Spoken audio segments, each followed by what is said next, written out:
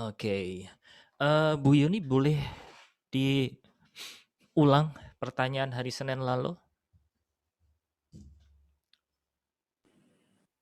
Ya, Shalom Pak Agus. Shalom, Bu. Oh iya, jadi ini saya tuh waktu tidur ya sadar nggak sadar ngimpi, telinganya sih mendengar gitu Pak. Pak Dimas manggil nama anak saya yang laki, kan namanya Christopher Imantaka. Nah, si Pak Dimas itu manggil Imantaka gitu. Udah cuman dikasih taunya gitu aja. Oke. Tapi saya dikasih hikmatnya gini Pak, kan kemarin Pak Dimas ngajarinya tentang hubungan dengan Ya. Tuhan.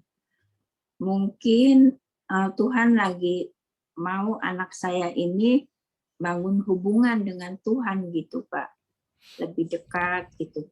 Tapi anak saya ini juga kalau saya lagi dengerin YouTube gitu, anaknya sih mainan, cuman telinganya juga dia suka dengar gitu. Nanti kalau apa, tiba-tiba ngomong apa gitu, yang di YouTube khotbah itu gitu Pak.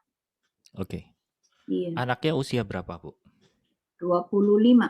25. Oke, baik. Iya, Ya, saya coba kasih komentar ya. Jadi iya. Bapak Ibu Saudara gini ya. Ini kebetulan yang kemarin di kelas Remoka ya, intensif kelas di hari Sabtu kita sesi tanya jawab. Ada yang bertanya soal masalah mimpi. Ya, dan saya dijawab di situ, saya akan ulang sekali lagi di sini Bapak Ibu Saudara bahwa mimpi yang kita alami maupun kemarin hari Senin yang kita praktek juga ya pada saat kita berdoa kita mulai tutup mata, terus apa yang muncul di dalam kesadaran alam bawah Bapak Ibu Saudara sekalian itu sebetulnya menunjukkan indikator keberadaan pikiran Anda sedang kemana, alam rohnya lagi di mana. Seperti itu. Oke, gini. Jadi ketika kita mengalami satu mimpi, ya kemarin kan stepnya saya sudah kasih tahu Bapak Ibu. Saya akan ulang sekali lagi di sini gini. Ketika Anda dapat mimpi, bedakan dari 5 unsurnya. Ada yang masih ingat? Coba yang masih ingat tolong angkat tangan dan bantu saya jawab. Dari 5 sumber, ya. Memang sih di Alkitab itu tidak ada gitu ya, tapi kebenaran itu akhirnya membuat satu pagar gitu. Ada yang ingat nggak? Mimpi kita itu bisa dari 5 sumber. Ada di sini yang masih ingat? Tolong angkat tangan. Nggak hafal, Pak. Bu Ada Lydia, tapi silahkan. oh ya. Nyontek nggak apa-apa ya. Boleh.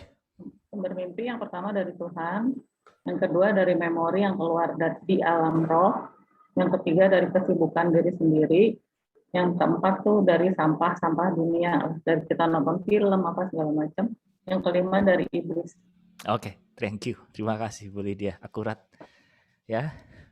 Nah, jadi 5 indikator ini bisa Anda bagi dulu nih. Misal ya, tadi Bu Yuni dapat mimpi seperti itu nih. Jadi jangan langsung ditebak bahwa itu dari Tuhan atau bahkan itu dari jangan-jangan itu cuma memori pikiran saja. Jangan-jangan itu dari si jahat. Semua memang bisa memungkinkan gitu. Tapi kalau Anda punya 5 pagar ini, Anda bisa bawa dalam doa. Terlebih lagi gini loh, ada mimpi-mimpi yang dimana mimpi itu kayak terekamnya kuat gitu saudara. Di dalam hati nurani Anda ada satu dorongan, ada satu konfirmasi bahwa ini ada sesuatu hal di balik mimpi ini gitu loh. Oke? Itu cara membedakan dulu nih. Dan nggak semua mimpi juga jangan terus, ini artinya apa ya? Ini artinya apa ya? Jadi yang pertama itu tadi, bedakan dulu. Setelah Anda membedakan, kalau itu masih teringat, coba dibawa dalam doa. Yang kedua itu ya, bawa dalam doa. Setelah dibawa dalam doa, jangan diinterpret sendiri. Hasil doa itu akan mempengaruhi jawabannya. Jangan dicocok-cocokin, jangan.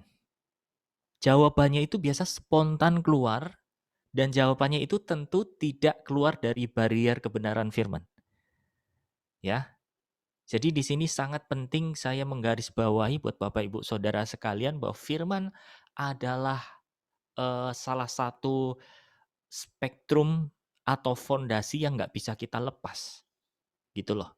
Jadi kalau kita dapat segala sesuatu harus unsurnya firman, kebenaran. Makanya bagi petobat baru yang suka-suka ngeliat-liat atau denger-denger segala macam, mungkin bisa sih, bisa, tetap bisa ya. Kayak dulu saya nggak baca firman gitu, tapi bisa denger suara Tuhan. Karena apa? Tuhan yang mau bicara sama saya, gitu ya. Beda kan? Kalau kita yang mau denger Tuhan, kadang ada hambatannya. Tapi kalau Tuhan mau bicara, nggak ada akses yang bisa nutupin.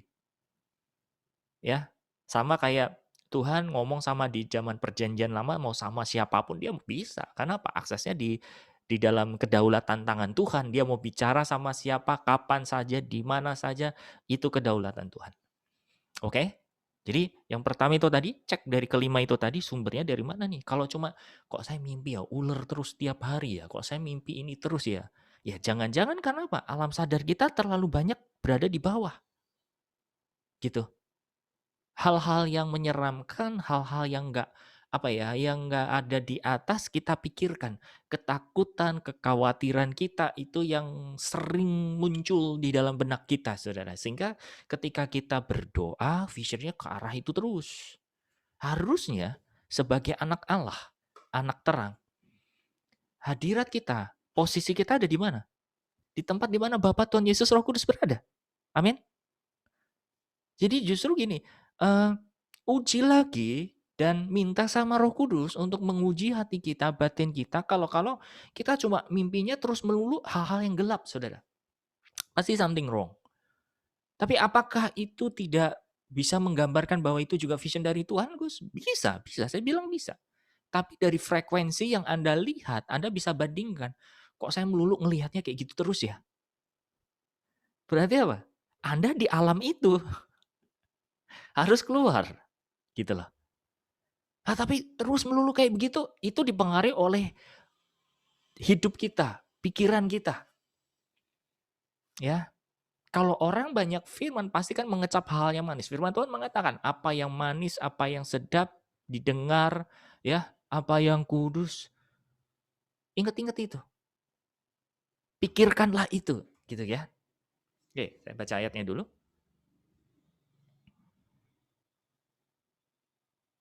Filipi 4 ayat 8, Pak, kalau nggak salah. Sebentar, Filipi 4.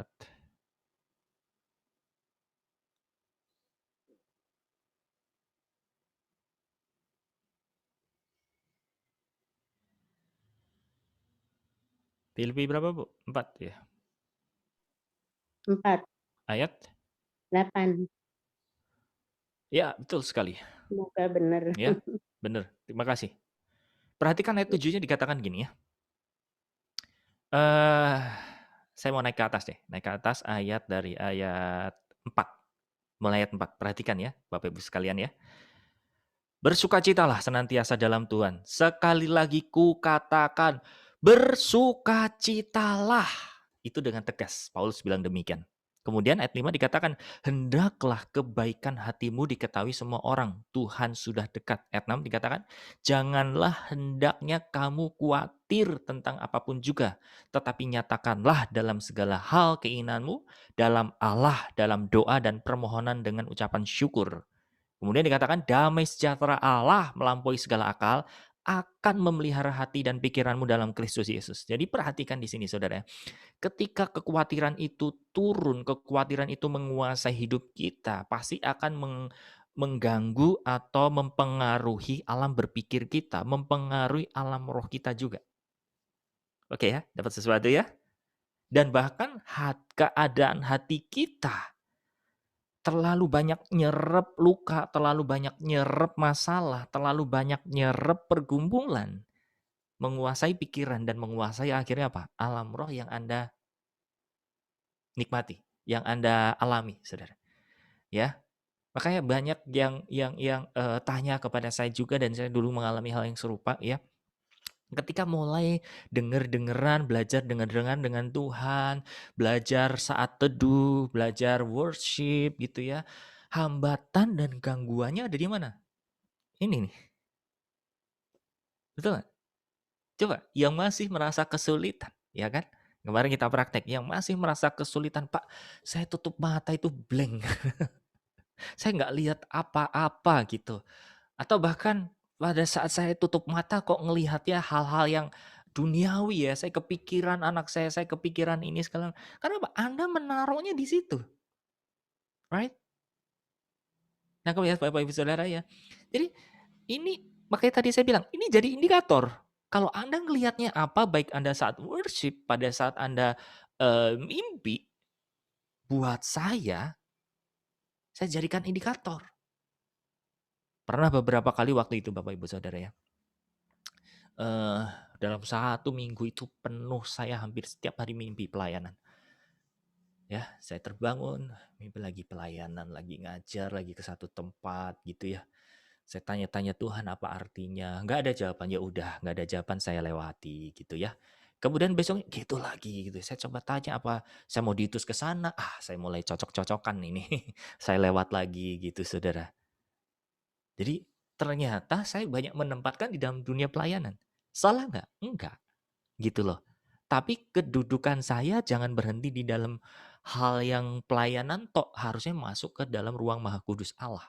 Sampai ketemu Tuhan, dapat hatinya Tuhan, dapat isinya hatinya Tuhan. Nah, Bapak Ibu Saudara sekalian ya. Oke, kembali lagi di sini.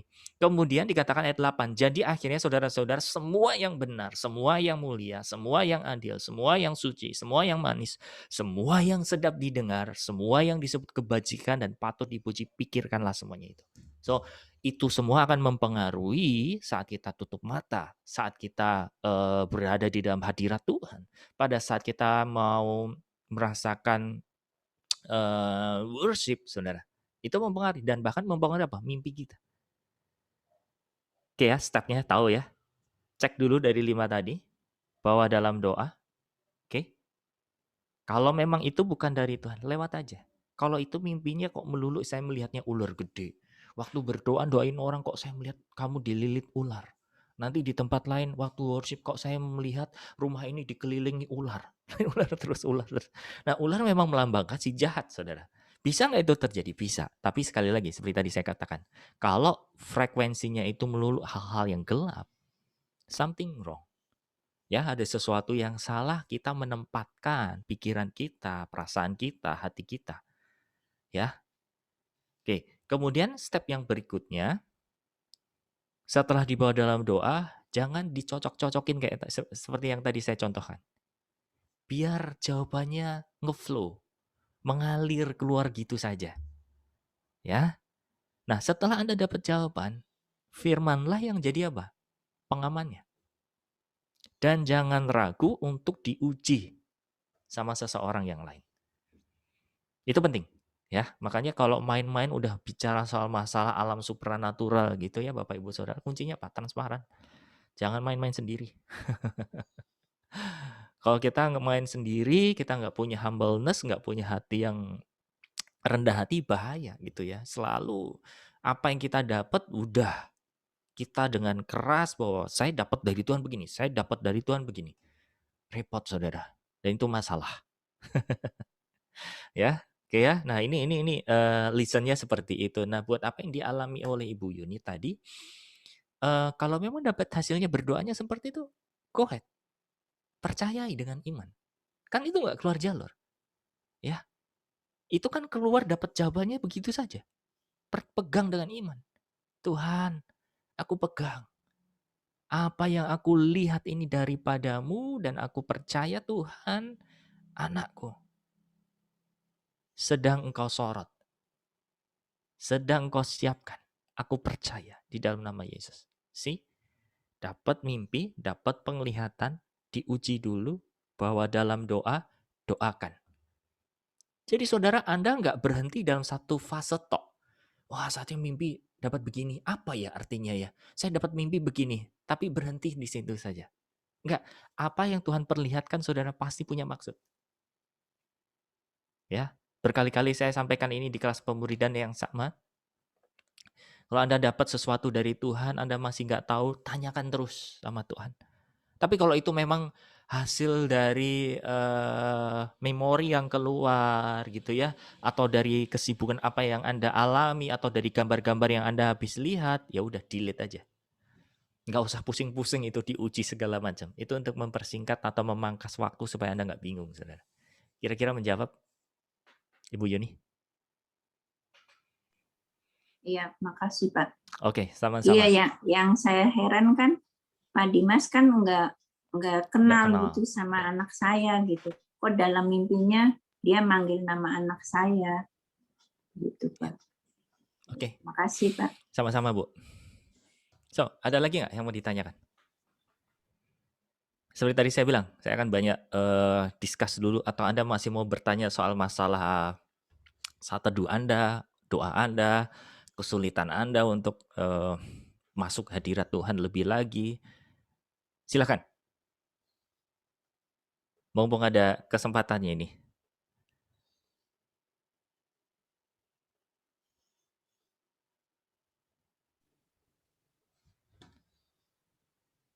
Oke, Kak Puput, silakan.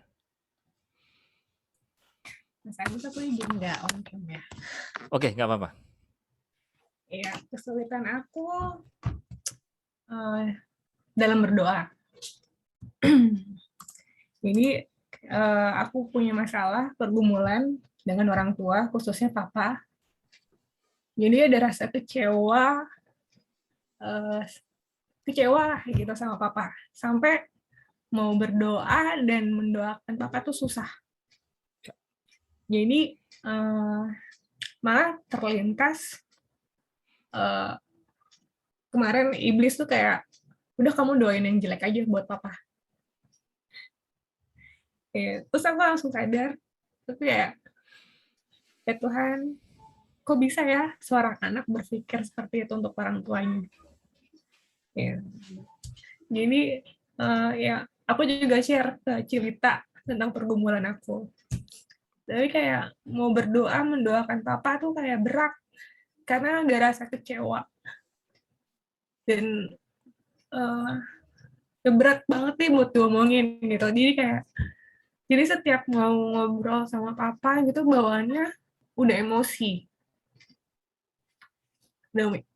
Udah kayak mau cepat-cepat mengakhiri pembicaraannya.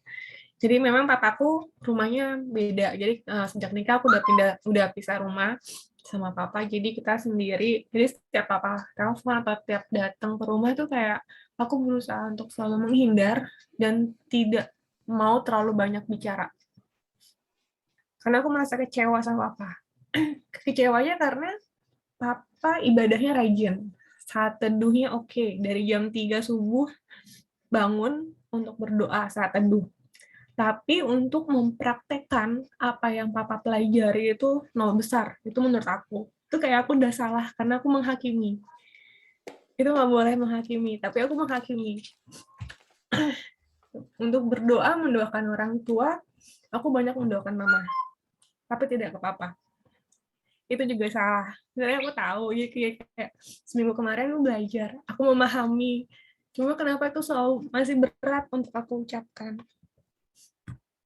Ya, itu Mas Agus. Oke, terima kasih keterbukaannya. Saya coba tanya lagi ya ke Kak Puput ya. Apakah betul yang dialami itu kesulitannya bukan hanya mendoakan papahnya saja? Akhirnya dampak ke lain, aspek ke yang lain akhirnya susah. Misalkan, akhirnya mengampuni mungkin orang yang di luar papanya Kak Puput juga akhirnya agak berat nih gitu ya. Kalau ada gitu ya. Yang kedua, akhirnya untuk merasakan kasihnya Tuhan, hadirat Tuhan jadi agak susah. Tolong dikonfirmasi, apakah betul begitu? Iya. Oke. Kalau iya, coba jawab. Sebetulnya menghambat itu semuanya, menurut Kak Puput apa? Luka hati. That's right.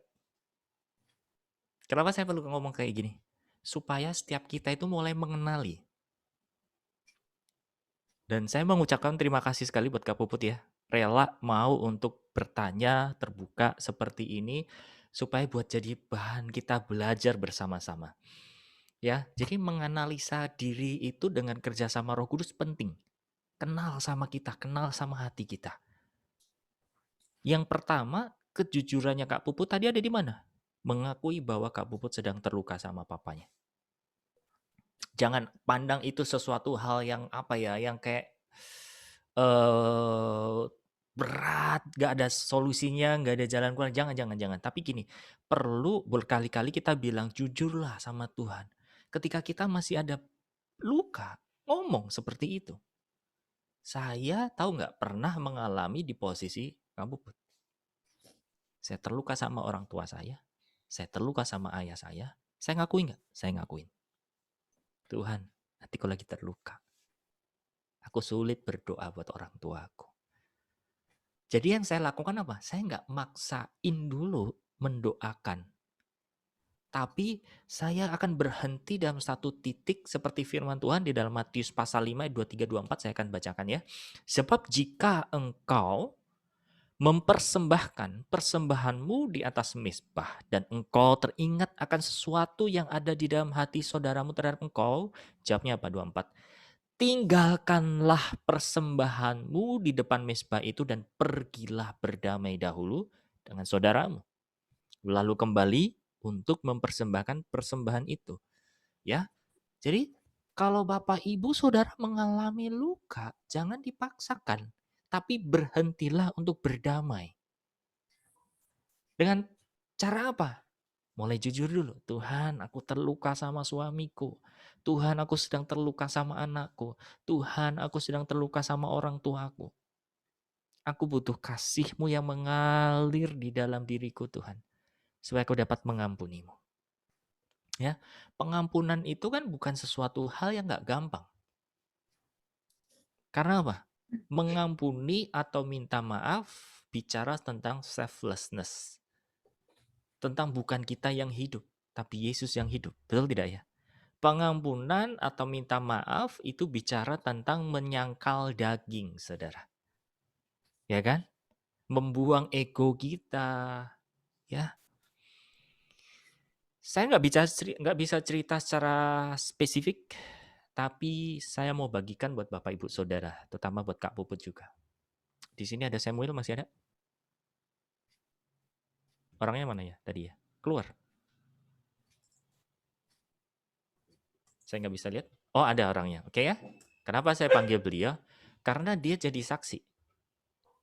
Ada Samuel, ada Pak Dimas, ada Pak Anton, kemudian ada siapa lagi tuh ya? Saya lupa. Intinya gini, saya cerita sama mereka tentang hubungan saya, keadaan hati saya sama ayah saya. Saya terluka. Karena apa? Beda pandangan, beda pendapat. Oke? Saya bilang, saya bermasalah hatinya. Saya ngakuin itu. Saya nggak perlu tutup-tutupin itu. Ya, yang saya lakukan apa? Walaupun saya merasa terluka, saya datang sama Tuhan. Tuhan, hatiku lagi terluka. Aku mau mengampuni. Tapi please, aku butuh bantuanmu untuk dapat mengampuni, untuk dapat menerima. Akhirnya apa? Walaupun belum mendarat 100%, saya bisa rilis 100%. Tapi saya udah bisa bilang gini, oke, Tuhan, aku mau mengasihi orang tuaku. Apapun yang menjadi keputusannya, aku akan menerima apa adanya. Aku akan mengasihi Tuhan. Karena Engkau sudah menerima aku apa adanya. Nah, setelah saya mengatakan seperti itu, dari 100 luka ya, akhirnya turun 50, turun 60. Ya, dan terus turun dan terus turun. Gitu Bapak Ibu. Ya. Jadi yang pertama yang harus dilakukan adalah apa? Datang sama Tuhan. So, jujurlah Kak Puput sama Tuhan. Nah, saya kasih insight yang kedua ya, cara pandang yang kedua lagi. Ini buat general. Saya ambil satu case di mana Kak Puput merasa terluka ketika ngelihat papanya, ngelihatnya kayaknya rohani, tapi kok nggak teraplikasikan ya. Saya mau ajak semua Bapak Ibu Saudara untuk melihat penilaian orang-orang di dalam keluarga kita. Ya, kita jangan acuh. Kenapa sih anak kita sampai bisa terluka sama kita? Padahal kita udah ngerasain udah doanya kenceng, kita rajin beribadah, kita rajin baca firman. Tapi kenapa ya? Kenapa anak saya masih kayak seperti medan magnet yang satu kutub gitu ya, terus bertolak belakang. Artinya apa? Ada sesuatu yang perlu kita terobos. Kalau nasihat, kalau doa, itu udah nggak jadi apa ya, nggak jadi jalan keluar. Yang jadi kalau jalan keluar apa? Prakteklah mengasihi. Jadi kita tidak bisa hanya menganggap bahwa saya udah berdoa Pak, saya udah mengampuni Pak, saya udah doakan setiap hari, saya udah mengampuni. Iya, itu di sisi yang anggota keluarga Anda yang nggak tahu. Tapi yang kelihatan apa yang harus dilakukan? Mengasihi. Mengasihi. Ya, mengasihi itu berat. Mengasihi itu kadang kita harus merelakan, melepas sesuatu, saudara. Lepas. Karena itu adalah bukti apa? Bukti kita mengasihi. Ya, jadi nggak semuanya hanya berhenti dalam satu suasana yang rohani tok. Kita sudah melakukan itu semua, jangan anggap itu selesai. Ya, kalau Anda sudah melakukan hal-hal yang rohani, berarti step yang berikutnya, saudara, kalau Anda mau terobos, jadilah kasih itu sendiri yang hidup buat anggota keluarga Anda. Kira-kira seperti itu. Oke, cukup menjawab, Kak Puput? Ya, terima kasih Mas Ya. Agus. Bagus, analisanya bagus. Untuk mengenali hatinya Kak Puput udah baik. Yang perlu dilakukan adalah step berikutnya apa? Berdoa. Oke? Berdoa sama Tuhan, akui itu. Ya. Nah, ada nggak di sini yang tergerak untuk mendoakan? Atau saya tunjuk deh. Saya tunjuk orang yang sering dicurhati.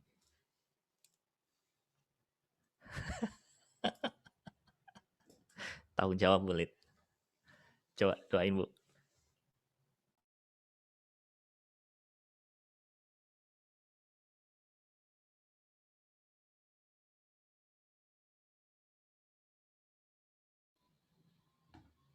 Oke, Bu Lydia bisa buka mic-nya?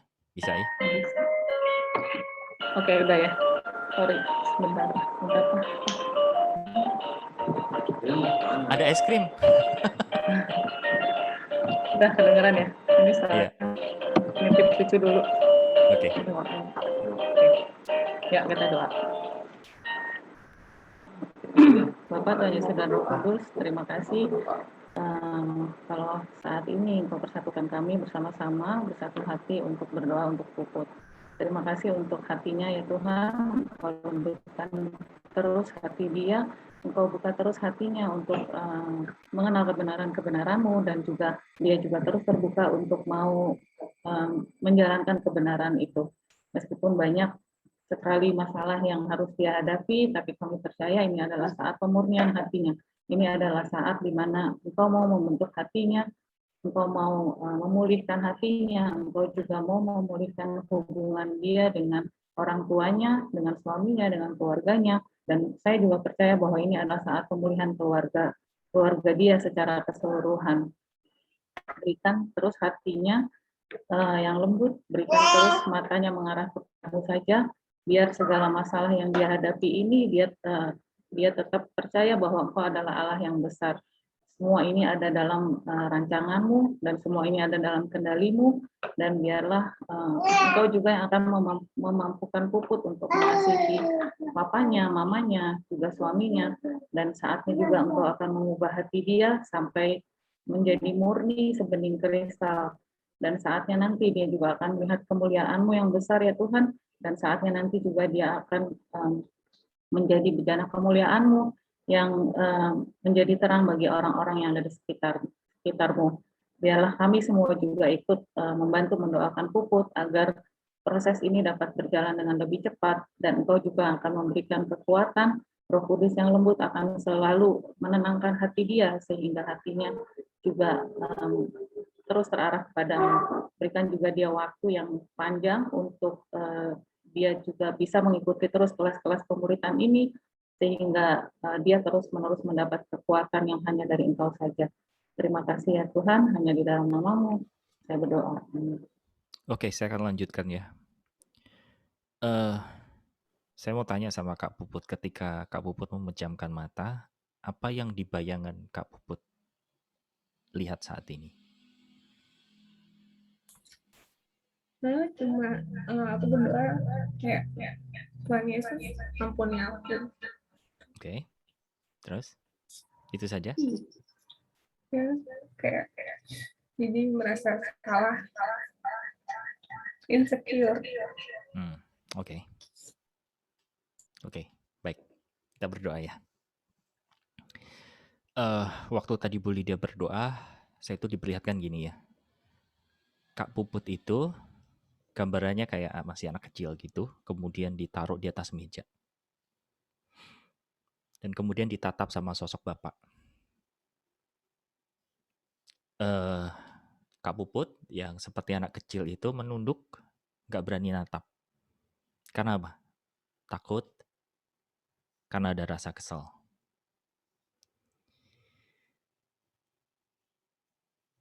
Saya coba tanya, saya coba bawa dalam doa. Ketika Kak Puput ditaruh di atas meja, itu sebetulnya menggambarkan bahwa ini loh, Bapak di surga itu nggak marah dengan apa yang diperbuat atau lakukan sama Kak Puput. Jadi jangan marah sama keadaan, jangan marah sama diri sendiri, jangan marah sama kondisi yang melahirkan Kak Puput ada di bumi ini. Ketika Kak Puput ditatap oleh sang Bapak ini, ya ada pribadi sosok Bapak yang terus menatapnya, dia sedang menginner healing, dia sedang menyembuhkan. Dan saya percaya inilah waktunya. Dan inilah doa saya buat Kak Puput ya. Dalam nama Tuhan Yesus, Tuhan, biarlah tangan-Mu sendiri, biarlah Engkau sendiri yang melawat saat ini hatinya Kak Puput. Engkau tahu Tuhan, untuk menyembuhkan hatinya. Butuh kasih-Nya Bapa. Dan biarlah saat ini, kasih-Nya Bapa yang turun dan mengalir, dan saat ini yang menjamah di dalam nama Tuhan Yesus. Yes. Semua rekaman-rekaman di masa lampau, Roh Kudus Engkau bawa. Engkau bawa untuk berdamai dengan semua pengalaman-pengalaman yang dia lewati. Mungkin hal-hal yang teringat yang pernah dilewati oleh Kak Puput karena perbuatan dan perkataan ayahnya ini yang melukai dalam batinnya, yang merobek jiwanya. Saat ini Engkau pulihkan, Engkau hadir di sana, Engkau datang di sana, Engkau yang sembuhkan saat ini di dalam nama Tuhan Yesus. Yes. Biarlah semua luka-luka di dalam hatinya, semua rekaman di masa lampaunya juga, di alam rohnya pun Kau sembuhkan, Kau pulihkan dengan hadir-Mu. Kau datang bagaikan seorang Bapa ini, yang terus memulihkan keadaannya Kak Puput. Sehingga ketika dia harus mengampuni, bukan dengan kekuatannya sendiri, bukan karena dipaksa, tapi karena kasih-Mu yang supernatural yang membuat kasih-Nya berbalik di dalam nama Tuhan Yesus. Terima kasih Tuhan, kami percaya Tuhan, Engkau pakai momen ini untuk melakukan pemulihan di dalam satu keluarga, sehingga anak-Mu ini Bapa, Kak Puput ini mulai hari ini akan mengalami perjumpaan, akan mengalami satu keintiman dengan Tuhan yang begitu hidup, bahwa Engkau sangat mengasihi, Engkau sangat merindukannya, dan matamu selalu tertuju kepadanya. Di dalam nama Yesus kami meteraikan doa ini. Semua sudah terjadi, kami percaya Tuhan, tangan-Mu tidak pernah salah. Dalam nama Yesus kami berdoa dan mengucap syukur. Haleluya. Amin. Terima kasih Ustaz buat doanya. Oke. Next. Ada lagi yang mau tanya?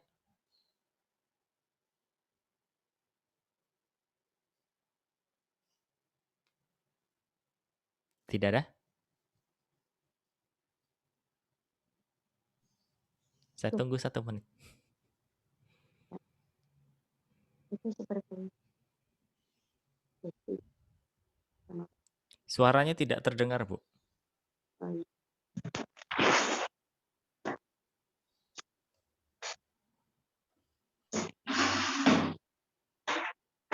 Pak, itu kayak Hesti sama bapaknya itu waktu masih kecil. Jadi kayak gitu, jadi berontak. Nah, saya nangkapnya makanya saya ikuti terus sampai sekarang. Bilang itu yang kemarin, kejadian kemarin itu sudah mulai pulih, Pak. Sekarang dia malah sedikit-sedikit ke bapaknya, gitu. Jadi sudah mulai pulih, dan yang membayar itu aku mau tunduk gitu. Tadinya kan aku mau berontak, kenapa kok malah aku gitu. Udah ya Pak? Udah. Udah. Oke. Sekarang udah mulai pulih ya. Oke. Thank God. Terima kasih Bu Nastiti. Oke. Sudah? Tidak ada lagi? Kalau di open ruangannya nggak ada yang tanya. Nanti kalau udah selesai jabri. Nggak apa-apa sih, nggak apa-apa. Tadi ada yang buka mic siapa ya? Oke, kalau tidak ada saya bisa ke materi. Baik.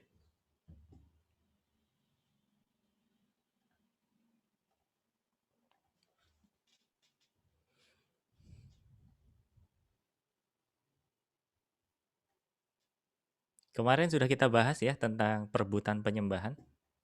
Hari ini kita bicara tentang penyembah-penyembah benar. Ini juga sudah. Kasih dalam ibadah. Oke, menarik ini saudara. Baik. Oke, kita baca dari sini ya. Tulisannya nggak jelas ya Pak. Oke, saya akan ulang.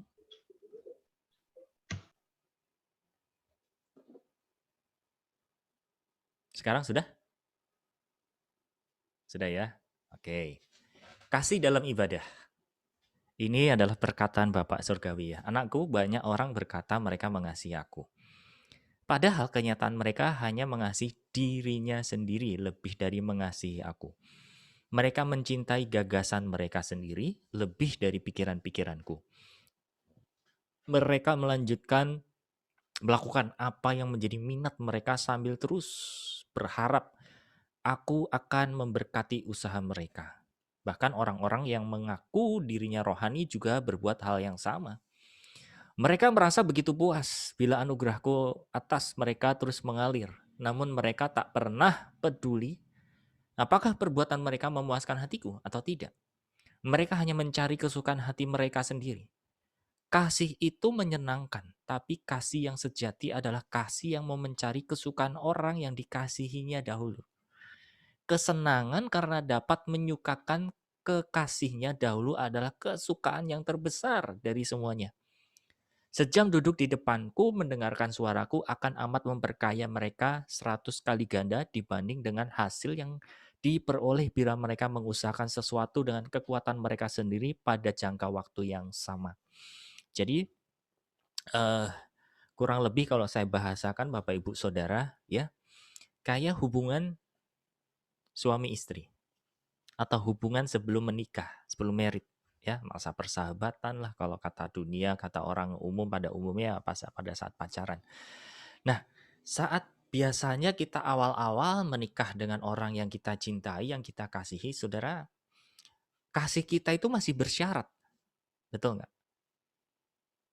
Buktinya apa? Banyak perbedaan, banyak perselisihan di dalam rumah tangga kita. Karena apa? Masing-masing masih memikirkan hak atas pribadinya, kepentingan masing-masing. Ya, kamu harusnya jadi istri tuh kayak gini. Kamu harus jadi suami kayak seperti itu. Betul nggak? Bawaannya apa saudara? Menuntut. Padahal tadi dikatakan ya di dalam paragrafnya jelas mengatakan bahwa kasih yang sejati itu dimulai dari apa? Memikirkan orang yang dikasihi dulu. Mengutamakan orang yang dikasihi dulu. Saya titik dulu sampai sini ya. Jadi saudara, mengasihi itu adalah dasarnya karena kita care dulu sama orang lain. Makanya bukti Anda memikirkan orang yang Anda kasihi, ya, itu adalah bukti awal bahwa Anda cinta, bahwa Anda mengasihi. Kasih contoh apa? Misal Anda pergi ke satu tempat, Anda nggak bersama dengan anggota keluarga Anda, terus Anda kepikir suami Anda, istri Anda, atau anak Anda, atau bahkan ingat sama orang tua Anda. Oh iya ya, saya mau bawain ini deh. Kenapa orang itu teringat? Karena dia mengasihi. Ya dong. Bukti mengasihi itu adalah mikirin. Nah, pertanyaannya adalah gini. Kita mengasihi Tuhan gak sih? Ini kan pertanyaan yang apa ya, sederhana, dan Anda bisa jawab sebetulnya. Saya tahu jawabannya mah, saya mengasihi. Oke, pertanyaan berikutnya. Kalau Anda mengasihi Tuhan, seberapa banyak Anda mikirin Tuhan? Itulah yang dikatakan tadi, saudara. Banyak umatku, banyak anak-anakku yang mengasihani sebetulnya. Kalau mengasihi diri itu nggak salah. Karena kita harus mengasihi diri kita sendiri. Tapi sampai batas apa? Batas kita peduli bahwa karena kita dikasihi Tuhan, kita harus mengasihi diri sendiri. Tapi kalau kita mengasihani diri sendiri, nah ini ada satu lubang besar di dalam perasaan kita, di dalam hati kita yang terbuka, yang belum keisi gitu. Sehingga apa? Kita terus pengen dan sibuk untuk menutup lubang besar itu untuk diisi oleh apa yang kosong, apa yang kita haus, saudara. Ya, so tolong jawab pertanyaan ini. Apakah Anda mengasihi Tuhan? Saya mengasihi. Seberapa lama, seberapa banyak Bapak Ibu Saudara mengasihi? Seberapa banyak Anda mikirin Tuhan dalam satu hari?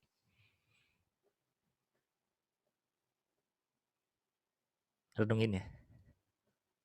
Dan Anda jawab masing-masing. Nggak usah dibuka mic-nya. Tapi tolong nih. Seberapa banyak Anda mikirin Tuhan? Sederhananya gini saudara. Kalau Anda diberikan satu tanggung jawab. Anda diberikan sama Tuhan kepercayaan dan pelayanan segala macam. Seberapa banyak Anda mikirin Tuhan dan maunya Tuhan untuk tanggung jawab yang Dia berikan kepada Anda. Saya dulu belum berdamai dengan keadaan hati seperti itu, saudara. Ya, karena apa? Saya melihatnya, menghakiminya gini loh. Gimana sih kamu dikasih kepercayaan tapi nggak tahu apa yang harus kamu lakukan? Jadinya apa, saudara? Pasif. Kalau kamu merasa terhormat, dikasih kehormatan dari Tuhan, harusnya kamu mikirin Tuhan. Kalau kamu mikirin Tuhan, kamu akan dapat hatinya Tuhan. Tapi kalau kamu hanya cuma terlihat secara rohani aktif, ya, nggak punya hubungan secara pribadi, tidak punya kelanjutannya seperti apa. Berarti ketika kita dalam rohani seperti ini, misalkan kita lagi pemuridan, Anda ikut sih mikirin Tuhan gitu ya. Tapi begitu selesai, kepikiran lagi sama masalah-masalah yang kita hadapi, kepikiran lagi sama apa yang kita suka, apa yang kita senang, saudara. Sehingga waktu kita banyak keforsir ke arah sana.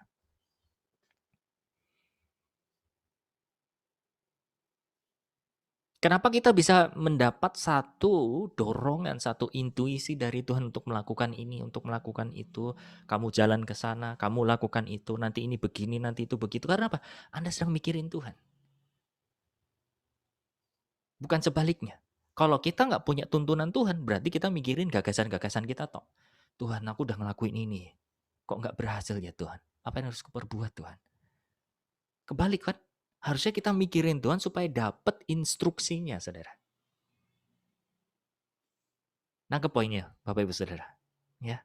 Sama, kalau Anda punya masalah hari ini, Anda punya pergumulan hari ini, jangan diforsir banyak untuk mikirin, Tuhan, besok harus bayar listrik, Tuhan, besok harus bayar uang sekolah anak, Tuhan, besok makan apa ya, ini dari perusahaan udah di cut, ya. Udah nggak kerja lagi, gimana nih Tuhan, segala macam. Anda kan sibuknya ke apa? Masalahnya. Coba melihat, Tuhan, aku mikirin Engkau. Apa yang kau mau dalam kejadian ini, Tuhan? Coba dibalik seperti itu, saudara. Ingat ya, kejadiannya Petrus. Awal ketika Tuhan ketemu Petrus. Petrus ada masalah. Dia seharian nangkep ikan nggak dapat-dapat. Ketika Tuhan datang, Tuhan bilang, tebarkan jalamu.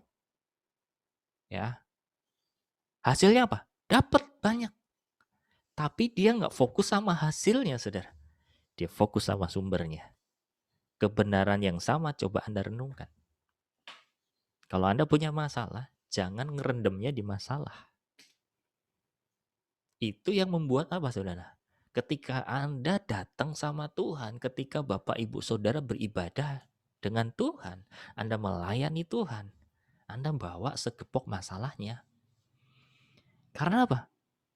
Anda banyak tenggelam dalam masalah itu. Oke? Nah, kita sebagai orang tua, Bapak Ibu semua sebagai orang dewasa, coba dalam satu hari Anda harus multitasking. Multitasking itu harus mikirin lebih dari satu hal. Tanggung jawab sama orang tua, tanggung jawab sama anak, ya kan? Ngerjain tanggung jawab Anda. Ya, belum lagi Anda harus bekerja mungkin.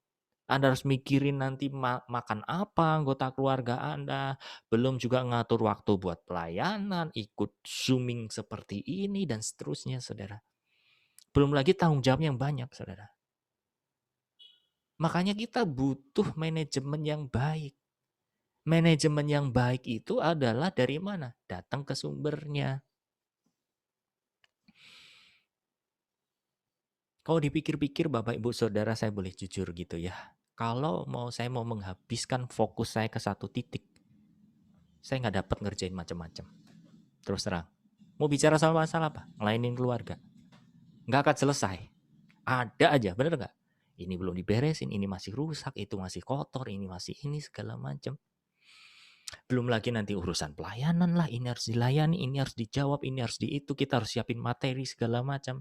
Belum lagi tanggung jawab yang lain, ini harus di follow up segala macam. Nggak habis-habis, saudara. Nah, sering sekali kita autopilot jalan gerak ngelakuin itu semuanya.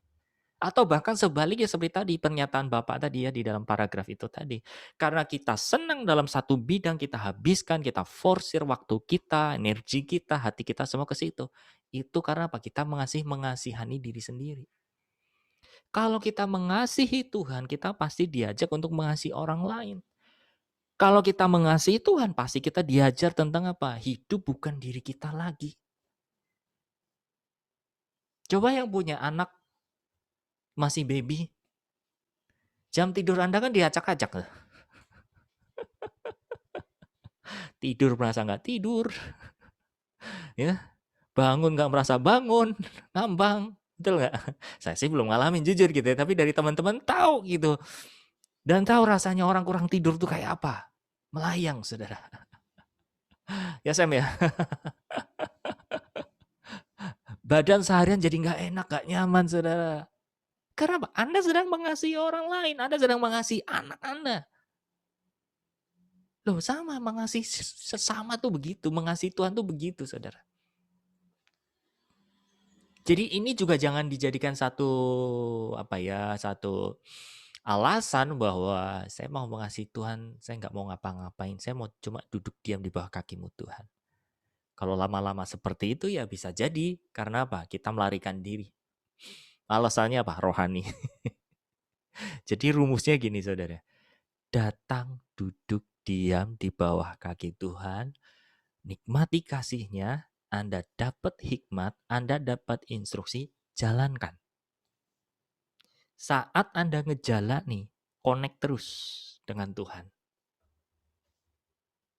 Oke ya, itu rumusnya. Tapi kalau pincang salah satu ya, kita nggak pernah duduk di bawah kaki Tuhan, atau bahkan sebaliknya, kita lama-lama duduk di bawah kaki Tuhan, tapi kita nggak responsif. Kita nggak mau melakukan instruksi apa yang Tuhan mau, saudara. Ini pincang. Nah, kita harus membalance dari sekarang. Bahwa rumusnya itu kalau kita mengasihi Tuhan dalam peribadahan kita, Anda pasti akan memberi diri dulu, betul nggak? Datang dulu, beri hati dulu. Anda mulai mikirin Tuhan. Nah ini mungkin rumus juga buat Bapak Ibu Saudara mau worship atau mau doa, pikirin Tuhan dulu. Gus, gimana sih cara mikirin Tuhan? Lihat kebaikannya atau bayangin sesuatu hal yang manis apa yang Tuhan sudah lakukan kepada Anda. Ya, atau Anda ingat-ingat firman, Anda renungkan, oh so sweet. Atau Anda tenggelam di dalam lirik lagu itu, saudara, silakan. Setelah Anda mikirin Tuhan, pasti aliran kasih itu mengalir dan kita akhirnya terkonek, saudara, dengan Allah kita. Kalau Anda sudah terkonek, Anda pasti akan dapat hatinya, saudara. Mungkin banyak orang yang bertanya-tanya, gimana supaya kita tuh berdoa bisa dapat jawaban dari Tuhan? Gimana kita supaya berdoa itu dapat ngeliat-ngeliat yang dari Tuhan kayak apa segala macam? Kasihi dia dulu, pikirin dia dulu, saudara. Karena dalam hari-hari kita mungkin kita nggak mengasihi Tuhan. Ya ada sih mengasihi Tuhan gitu ya. Tapi kadarnya saudara ala-ala gitu ya. Kita lebih banyak merendam hidup kita, menghabiskan waktu kita untuk kesenangan kita, untuk luka kita, untuk kebutuhan kita, untuk segala kekosongan kita, saudara. Ya, jadi mulailah itu. Ya, saya kasih tips buat Bapak Ibu Saudara, kalau mau datang sama Tuhan, pikirin dia. Pikirin dia. Ngasih contoh gini, saudara. Kalau Anda datang dalam hadirat Tuhan, Anda mulai berdoa, Anda mulai ikut worship. Ingat ya, kalau setiap kali ada pemuridan biasanya dipimpin sama Niko, setiap kali yang dia naikkan, itu bukan langsung lagunya. Tapi apa? Terima kasih Tuhan, terima kasih Tuhan. Dan ketika bilang terima kasih sama Tuhan, ketika Anda memejamkan mata, atau bahkan dalam keadaan yang terbuka sekalipun, Anda lagi ngebayangin kebaikan dia dalam hidup Anda. Ya, artinya apa? Ketika Anda bilang sambil tutup mata, Tuhan, thank you Tuhan. Terima kasih untuk hari ini. Terima kasih untuk nafas kehidupan yang Kau berikan. Terima kasih untuk anugerah-Mu Tuhan. Jadi saat Anda berkata, Anda bilang terima kasih sama Tuhan, itu bukan hanya sebuah kata yang gak ada jangkarnya, yang cuma Tuhan terima kasih. Enggak gitu, saudara. Beda toh kalau Bapak Ibu Saudara nih ya, dengar orang minta maaf, terima kasih dari hati dan enggak. Loh, kita saja bisa bedain orang pakai hati sama enggak, apalagi Tuhan kita, saudara. Nah, Anda juga bisa jawab sendiri ketika Anda Anda bilang terima kasih sama Tuhan, Anda mengasihi Tuhan dengan hati atau enggak. Sesederhana itu Bapak Ibu Saudara. Untuk beribadah datang kepada Tuhan, itu coba mikirin. Kata kuncinya, mikirin. Mikirin Tuhan. Ya, baik, saya akan lanjutkan.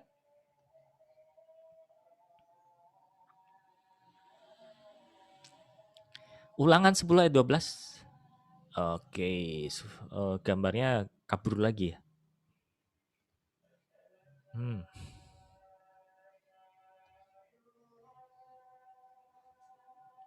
Oke, Ulangan 10 ayat 12.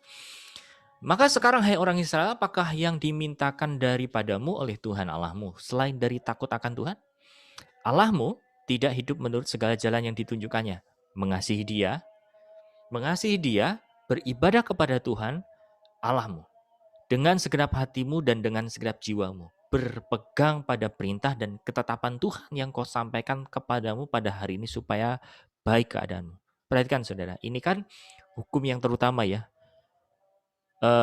Dikatakan mengasihi dia, beribadah kepada Tuhan Allahmu dengan apa? Segenap hatimu dan dengan segenap jiwamu. Ibadah kepada Tuhan Allah dengan segenap hati dan dengan segenap jiwa itu apa saudara? Tadi mikirin hati Anda ke sana.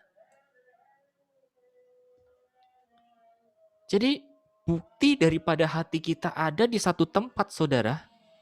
Karena apa? Anda ada hati ke sana. Tapi kalau nggak ada hati ke sana, pasti lupa. Betul nggak? Pasti lupa. Tapi kalau ada hati ke situ, Anda pasti mikirin. Anda pasti bahwa Tuhan, apa yang harus kuperbuat hari ini Tuhan. Itulah saudara yang Tuhan juga lakukan dalam hidup saya ketika Tuhan memberikan sesuatu hal yang apa ya, entah tanggung jawab atau apapun gitu ya. Ada satu tantangan yang saya alami tahun 2020 kemarin. Mungkin kita semua, bukan saya. Ya, ketika kita masuk pandemi, saudara. Kebingungan nggak? Awal-awal kita belum mendarat baik gitu ya. Maksudnya apa? Ibadah kok lewat online, nggak enak, pengennya ketemu langsung. Bener nggak? Nyembah dengan nggak ketemu langsung tuh rasanya aneh gitu loh. Dan bahkan saya dengar dari beberapa teman-teman yang mengajar pun beda loh ngajar ketemu sama nggak, ya beda jauh gitu. Ya kita masih penyesuaian-penyesuaian saudara. Nah ketika mulai Rednas kemarin ya, Rednas kemarin itu, nah ini gimana nih? Kita mau adain, kita mau datang onsite atau online. Nah kalau online gimana caranya? Kami dapat tantangan itu saudara. Kalau ditanya kami punya pengalaman untuk membuat acara online seperti itu, broadcast secara, nggak ada. Saya nggak ada. Tapi karena ada hati saudara, mikirin sama Tuhan. Tuhan, gimana teknisnya Tuhan? Butuhnya apa saja nih Tuhan? Ya, alatnya apa saja yang dipakai Tuhan? Saudara, kemarin teman-teman tim yang gerak itu waktu Rednas Online yang Bapak Ibu Saudara mayoritas ikuti, saudara, kami nggak berguru ke satu orang, ke satu tempat nanya, minta ilmunya, nggak ada. Pure, datang sama Tuhan. Kenapa bisa mikirin sesuatu hal yang dibutuhkan?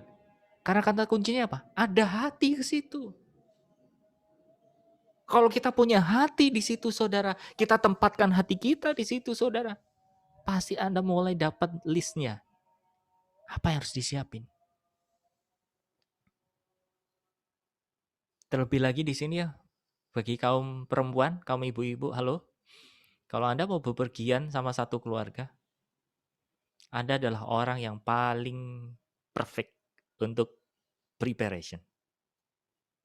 Manggut-manggut semua ibu-ibu. Loh, ini perlu diakui, saudara. Pertanyaannya gini, kenapa Anda bisa menyiapkan segala sesuatunya itu dengan sempurna? Bahkan apa yang tidak dipikirkan oleh suami Anda, apa yang tidak dipikirkan oleh anak, Anda bisa kepikiran. Kenapa? Saya mau tanya. Coba cari jawabannya di dalam diri Anda. Karena Anda mikirin toh. Karena ada hati ke situ toh. Coba kalau Anda setengah-setengah. Mah, kita pergi ya besok. Hati Anda setengah-setengah gitu. Pasti banyak yang lost. Ya, wah ini nggak ke bawah, itu nggak ke bawah. Masalah semuanya. Tapi kalau hati Anda, suami Anda bilang, Mah, besok kita ke Bali ya. Oh ya, gitu kan. Ada hati ke sana pasti Anda mikirin, Anda pasti akan mulai ngelis ya, mulai tidurnya susah, mulai ngebayangin nanti saya mau ke sana, nanti saya mau ke sini nanti. Benar nggak? Nah, sama Bapak Ibu Saudara ketika Anda mendapat tugas dari Tuhan, pikirin hati Anda harus ke sana dulu. Ya.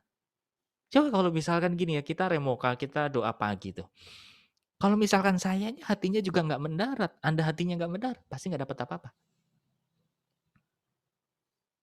Tapi kalau hatinya kita mendarat, hatinya ke situ, saudara.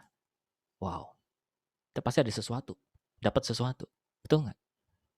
Sama, kalau Anda datang nih ke pemuridan, dengerin firman, saudara. Hati Anda nggak di sini, pasti lewat firman ini. Tapi kalau hati Anda ada di sini, pasti dapat sesuatu.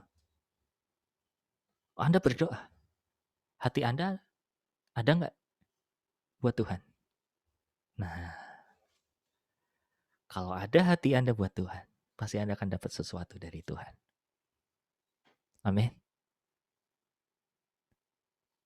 Hukum yang terutama berkata bahwa kasihlah Tuhan dengan segenap hatimu, dengan segenap akal budimu. Seluruhnya, saudara. Kita naruh hati kita di situ. Next, ayat berikutnya.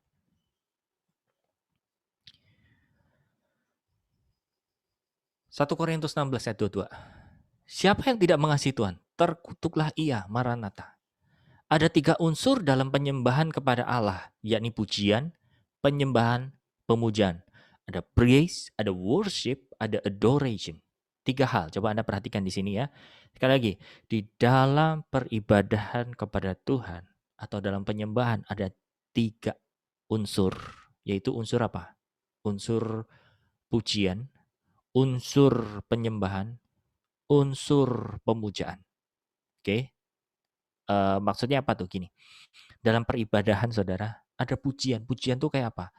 Tuhan, kok Tuhan yang hidup. Tuhan yang agung. Ya. Kemudian ada penyembahan. Tuhan, kok Allah yang layak disembah. Aku memujimu Tuhan. Pujaan apa? How great is our God. Ya. Contohnya seperti itu, saudara. Jadi dalam peribadahan ada 3 unsur itu. Unsur apa? Unsur memuji Tuhan, unsur menyembah Tuhan, unsur memuja Tuhan. Walaupun dalam konteks satu, misalkan Anda doa, saat teduh, Anda lagi worship saudara. 3 unsur ini. Lakukan. Ya, jadi jangan tergantung, sekali lagi jangan tergantung sama yang memimpin pujian, jangan tergantung sama konsepnya, jangan tergantung sama tata ibadahnya, saudara. Apapun tata ibadahnya, apapun konsepnya, Anda tuh bisa heart to heart dengan Tuhan. Ya, kalau dulu saya masuk dalam pujian penyembahan tuh gini. Ya, tapi kalau misal Anda masih di sini nggak apa-apa, nggak masalah. Tapi gini, coba perdalam lagi. Saya lihat liriknya, saya pokoknya ikut nyanyi aja. Dah, ikutin aja gitu. Tapi lama-kelamaan kesini, saudara, hafal atau nggak hafal bukan jadi masalah. Karena apa? Itu alat transportasi aja kok. Ya. Yang bisa masuk ke sana atau enggak, itu tergantung kitanya. Kalau kitanya benar-benar connect dengan Tuhan, saudara. Kita memuja Tuhan, kita memuji Tuhan, kita menyembah Tuhan. Anda pasti bisa masuk ke hadirat Tuhan. Ya. Jangan tergantung sama teknisnya. Tapi tergantunglah dari apa? Hati Anda. Next.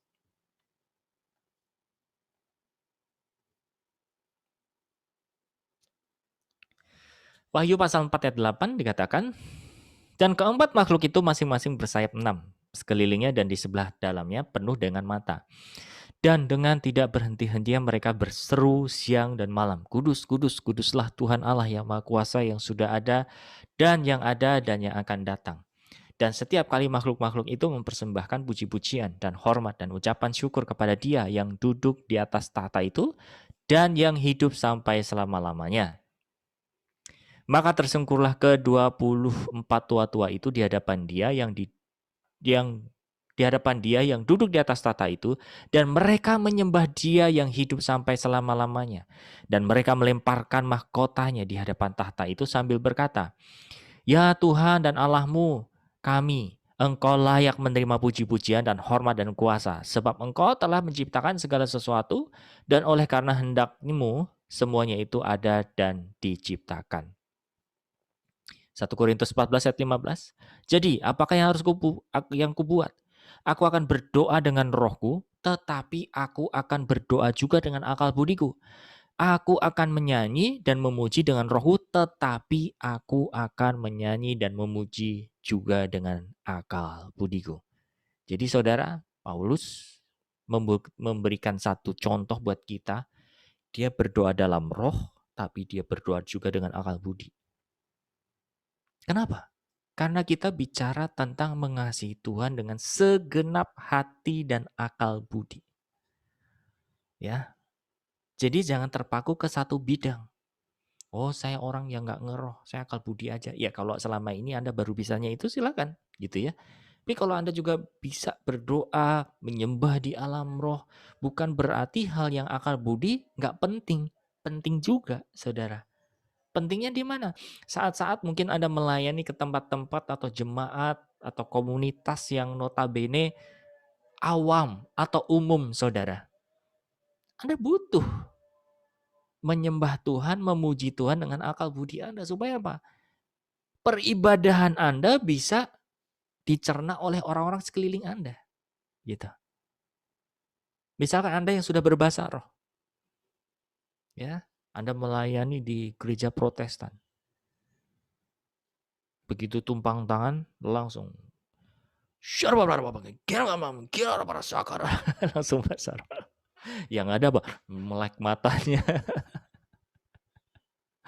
Yang ada nggak jadi berkat. Ya. Jadi kita harus bisa menempatkan diri Bapak Ibu Saudara. Itulah kenapa, sorry to say.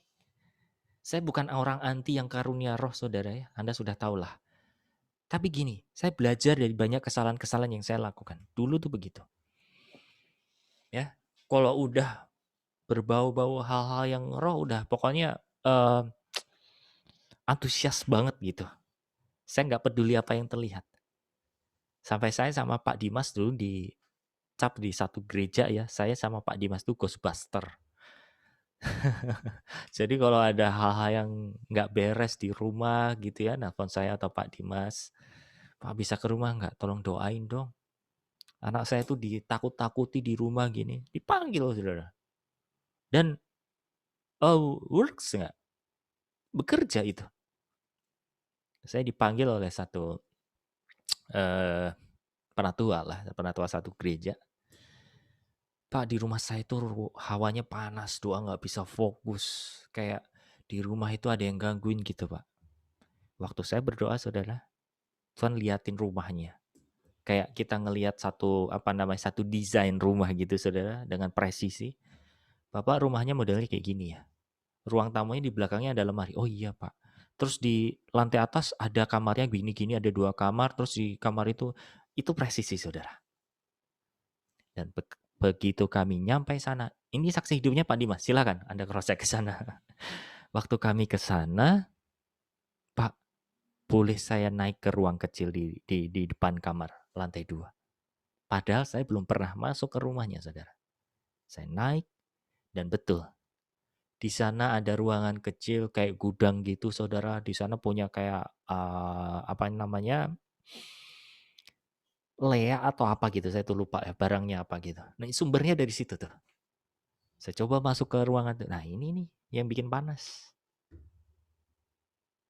Terus dari situ kan mulut ke mulut saudara. Ya, diminta melayani ke rumah ini, ke rumah itu, pelayanan pelepasan segala macam saudara. Ada yang pro, ada yang kontra.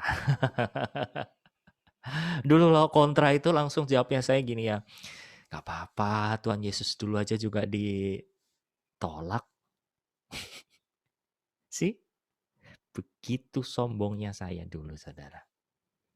Kalau udah ditolak tuh rasanya bangga. Padahal belum tentu ditolaknya karena apa dulu.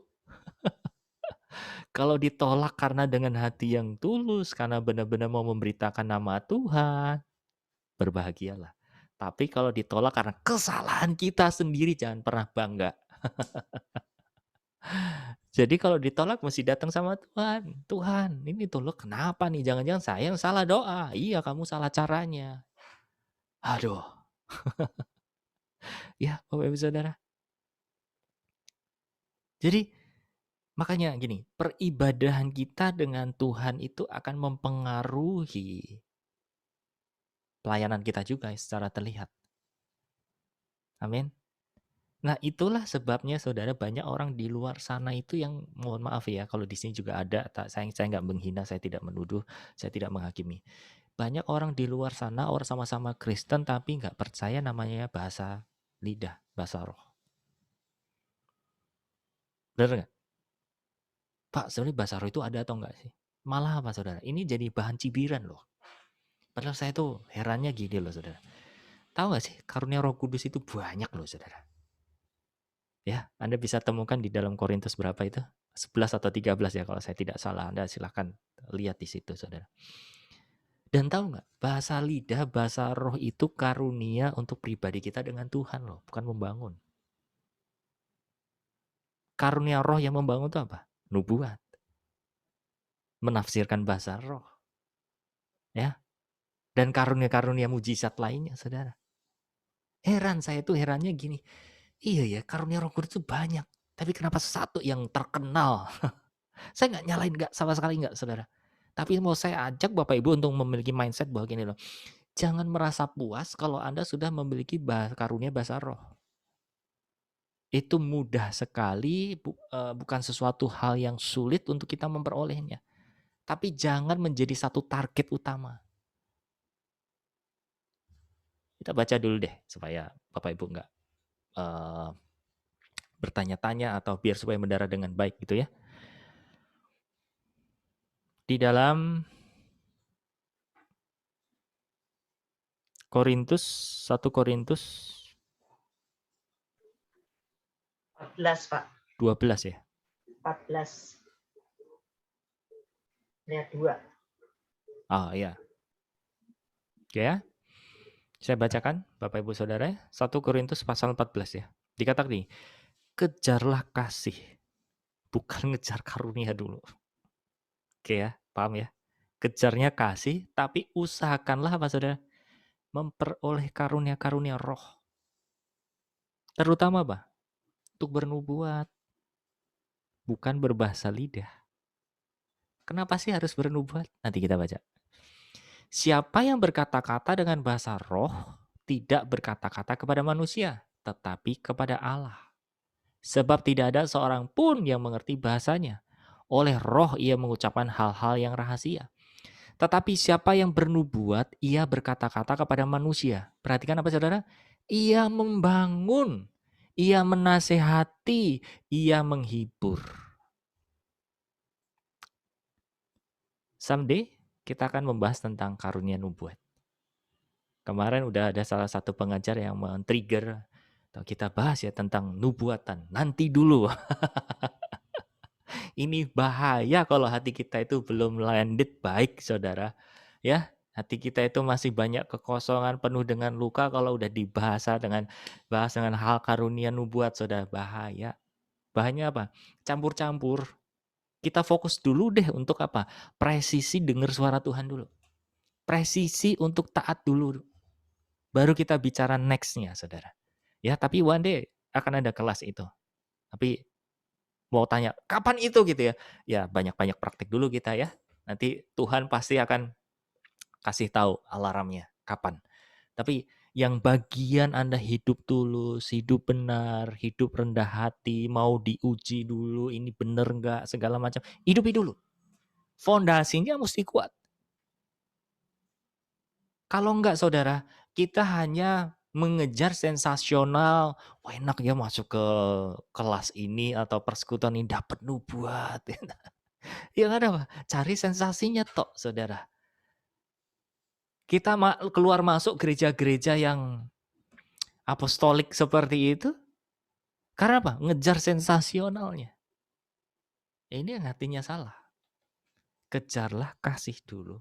Bangun pondasinya dengan kuat. Supaya apa? Tuhan mengkaruniakan karunia roh. Karena apa? Karunia roh itu diberikan buat kita. Supaya apa saudara? Membangun jemaat. Berguna bagi gereja Tuhan. Ya. Bukan untuk apa? Membangun nama kita lebih besar, lebih terkenal. Salah. Nah itulah kenapa saudara banyak orang-orang di luar sana, orang Kristen sendiri saudara, yang antipati sama hal-hal yang kelihatannya berbau karunia. Karena apa? Yang dilihatnya nggak sesuai. Kok dia dengar Tuhannya kayak gitu ya? Hidupnya kok kayak gitu ya? Kok dia bahasa roh tapi nggak tertib ya? Tapi kok dia masih banyak luka ya? Nah itu saudara. Ya. Oke, ayat tadi saya lanjutkan dulu.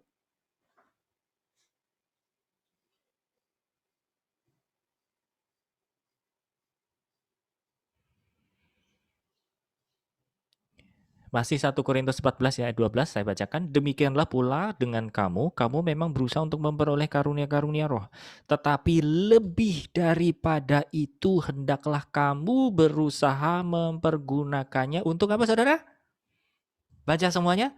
Membangun jemaat. Bukan mencerai-beraikan jemaat. Bukan menakut-nakuti jemaat. Makanya kita terus belajar, diuji. Supaya apa saudara? Anda belajar di kelas-kelas pemburidan seperti ini, dapat insight-nya, dapat masukannya saudara, Anda praktekin. Kan udah dikasih fasilitasnya ya, pengajarannya udah. kemudian dikasih keleluasan untuk konseling atau apa, manfaatkan itu, saudara. Kalau Anda dapat, saudara, diuji. Kan kemarin ada yang tanya, gimana supaya kita hidup benar dan tulus? Kalau buat saya, Anda mau belajar tulus, ya siap diuji. That's it. Untuk membuktikan bahwa kita tulus atau enggak, diuji. Kalau ketika diuji, kita tetap dengan hati yang netral, dengan percaya, dengan humble, lulus uji. Tulus itu berarti. Tapi kalau ketika diuji, nyerang balik, nggak terima, segala macam, berarti belum lulus. See? Oke, lanjut ya.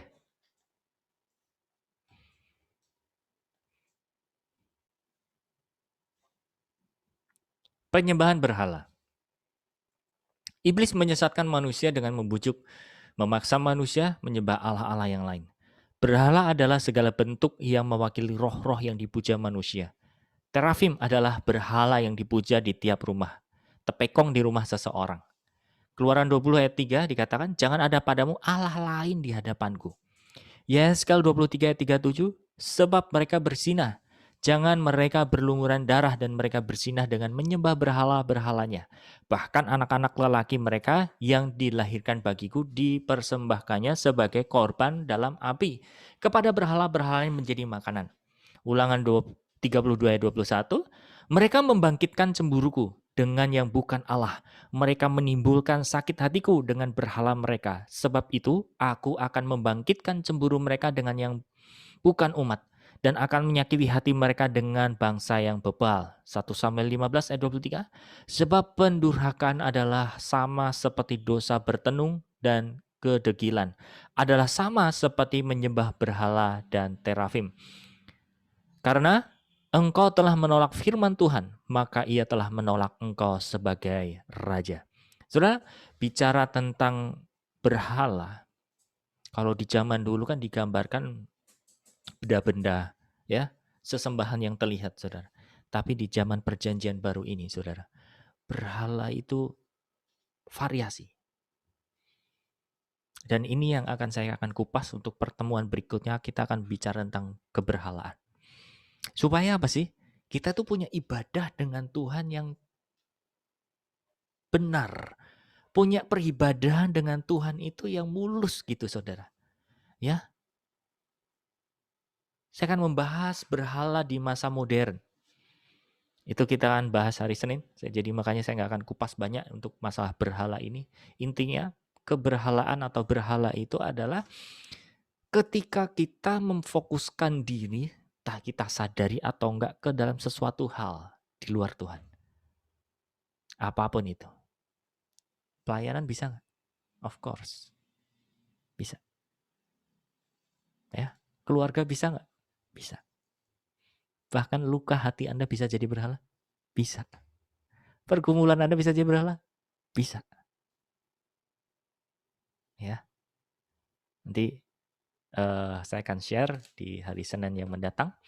So, ada pertanyaan dari Bapak Ibu Saudara yang sesuai dengan konteks apa yang saya sampaikan pada hari ini? Soal masa beribadah.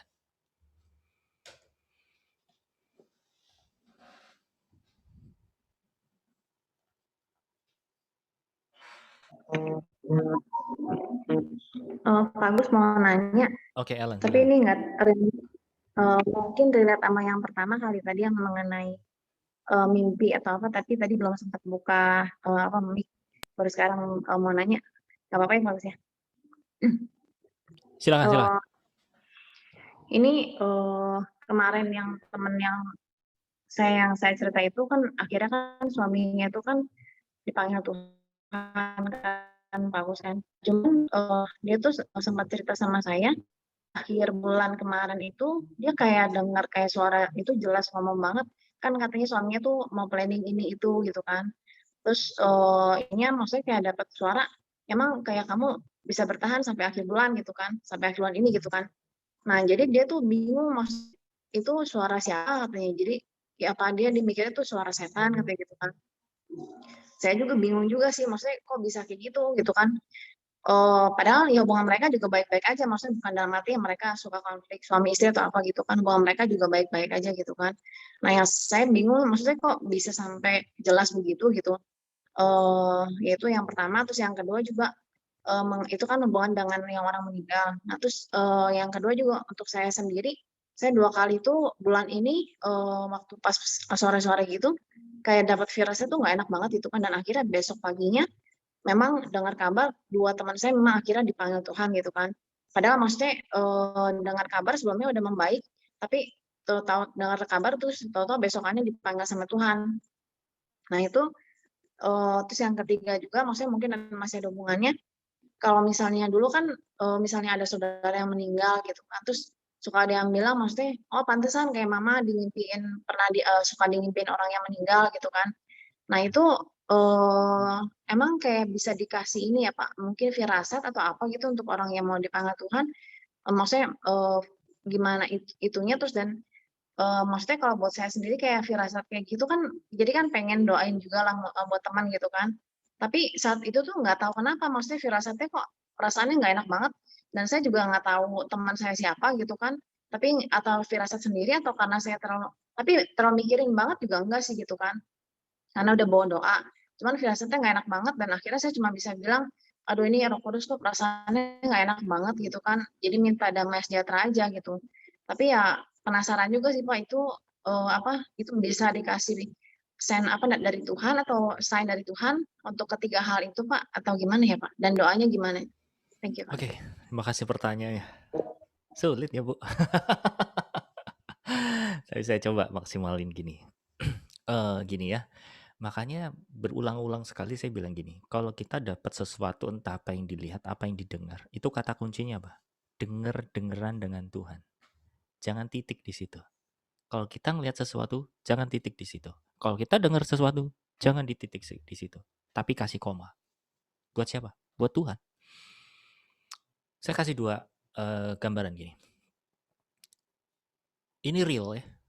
Jadi saya itu dapat bahwa orang itu umurnya nggak panjang. Ya, itu udah kuat banget. Dan saya coba uji ke pengajar lain. Ya, saya sebutlah ya Pak Anton.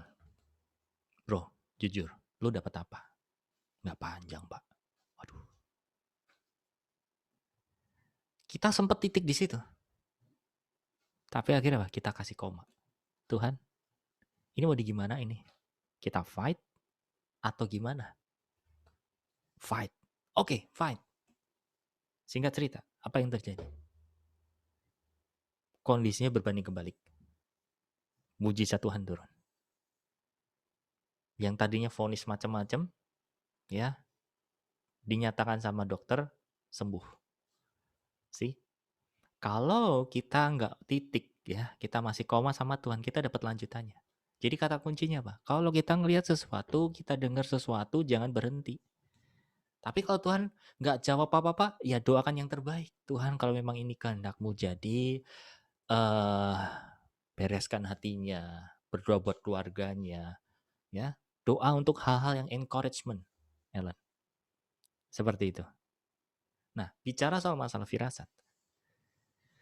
Kadang orang tidak di dalam Tuhan pun bisa dapat firasat toh. Ya nggak? Pasti karena ada orang dikasih pesan, oh dapat pesan apa segala macam. Karena apa saudara gini loh. Ketika orang mau mati, orang mau meninggal, itu tuh roh maut udah deket. Dan atmosfer roh maut itu bisa dirasakan. Mungkin buat orang-orang yang bisa ngelihat ya, ngelihat sosok hitam, ya, mungkin baju hitam segala macam. Nah, kalau kita sebagai manusia natural ini membahasakan apa? Firasat. Karena sebetulnya itu adalah atmosfernya roh maut, Ellen. Pak, kalau misalkan itu orang di dalam Tuhan pun malaikat maut tetap turun nggak? Tetap turun. Tapi satu hal, tolong dengerin. Siapapun yang mau meninggal, siapapun yang mau udah pulang ke rumah Bapak, atau bahkan meninggal gitu ya, ada 2 malaikat yang turun. Malaikat maut dan malaikat Tuhan. Jadi tergantung dari orang itu sendiri. Kalau dia hidup dalam perlindungan Tuhan, pasti si jahat juga nggak berhenti di situ. Dia pengen ngambil rohnya, saudara. Tapi karena kepunyaan Tuhan, kamu nggak punya hak. Itu hakku. Malaikat terang bilang begitu. Diambillah ke pangkuan Abraham. Tapi kalau Tuhan nggak punya hak atas manusia itu, ya diambil sama roh maut. Seperti itu, Helen. Ya, jadi kalau kita dapat sesuatu kayak gitu, bawa lagi ke Tuhan, apa kehendakmu. Kalau memang nggak dapat apa-apa, doakan saja bentuknya encouragement. Syukur-syukur kalau mujizat Tuhan ada. Kalau enggak, ada satu rahasia besar juga yang Tuhan mau kerjakan di dalam diri seseorang itu. Gitu sih. Apakah ini cukup menjawab? Atau ada yang belum menjawab? Silakan. Bentar, Bang Fris. Jadi kalau tapi waktu itu belum tahu juga sih Pak, maksudnya untuk dua teman saya ini, cuman maksudnya perasaannya nggak enak banget, tapi belum tahu siapa yang maksudnya firasatnya doanya buat siapa gitu loh Pak. Oke, nggak apa-apa. Makanya itu tadi. Kadang gini ya, kadang Tuhan itu kayak ngasih kita listen. Pelajaran di mana itu kejadian terjadi dulu, baru kita bisa narik pelajarannya. Bentar Pak Ngefris. Oke, sekarang sudah? Bisa dengar saya? Ya udah Pak. Oke ya. Baik, Bisa Pak. kadang Tuhan juga mengajar kita untuk melihat dulu hasilnya, baru kita review. Oh, ternyata kayak gini. Ya, jadi pelajaran dari Tuhan tuh nggak serta-merta semuanya itu sifatnya teori dulu baru terjadi gitu, Ellen. Kadang kita melihat itu terjadi dulu baru kita dapat apa? Pelajarannya. Ya. Tapi tetap saran saya kembalikan ke Tuhan. Tuhan, ada yang aneh. Apa nih gitu. Saya pernah bersaksi ya waktu itu ketika ibu saya mau dipanggil. Masih inget ya? Itu saya inget banget, harinya hari Selasa. Saya waktu antar istri saya ke kantor, di jalan saya udah nangis-nangis tuh. Terus keadaannya saya masih kontak, misalnya bisa kontak ibu saya, gimana mau dibawa ke rumah sakit nggak, dia lagi nggak enak badan gitu ya. Ya udah, tahu nggak di perjalanan saya pulang antar istri saya, itu saya udah dapet jelas waktunya sudah datang. Saya udah nego, saya kasih koma di situ, Alan. Tuhan please, bisa nggak saya fight? Oke, kalau kamu fight, kamu bisa nggak luangin waktu buat orang tuamu? Nggak bisa. Saya nggak boleh egois. Akhirnya, malam hari itu juga, jam 9, saya ditelepon sama bapak saya, Gus, bisa nggak pulang sekarang? Waduh. Oh udah itu. Saya masuk kamar, udah nangis-nangisan di situ, udah berdoa segala macam. Dalam keadaan jam 9 itu, ibu saya belum dipanggil Tuhan. Terus akhirnya kami putuskan malam itu juga, setengah 10 malam kami langsung menuju ke Solo. Di jalan udah nangis segala macam. Akhirnya jam subuh ya, waktu itu jalan tol Jawa itu belum nyambung semuanya, masih ada yang terputus. Saya sama istri saya berhenti ke pompa bensin karena udah capek tidur. Waktu jam 4 atau setengah 4 saya lupa. Saya tidur sebentar, kebangun gara-gara kakak saya nelpon subuh-subuh, dikabarin, Gus, udah waktunya. Kamu rela nggak? Ya udah, nggak sampai 5 menit dikasih tahu, ibu udah nggak ada. Ya, jadi balik lagi kuncinya adalah kita punya Tuhan yang bisa koneksi, Alan. Ya, bisa koneksi, bisa tanyakan. Tapi kalau memang nggak dapet, ya udah ikutin aja.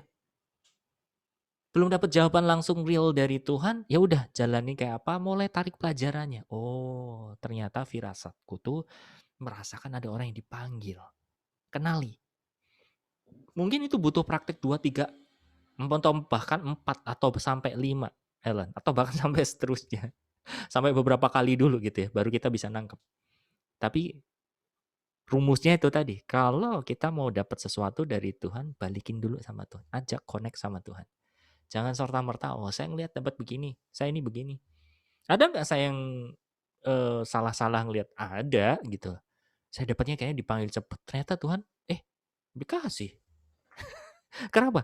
Saya udah titik di situ. Gitu loh. Ya.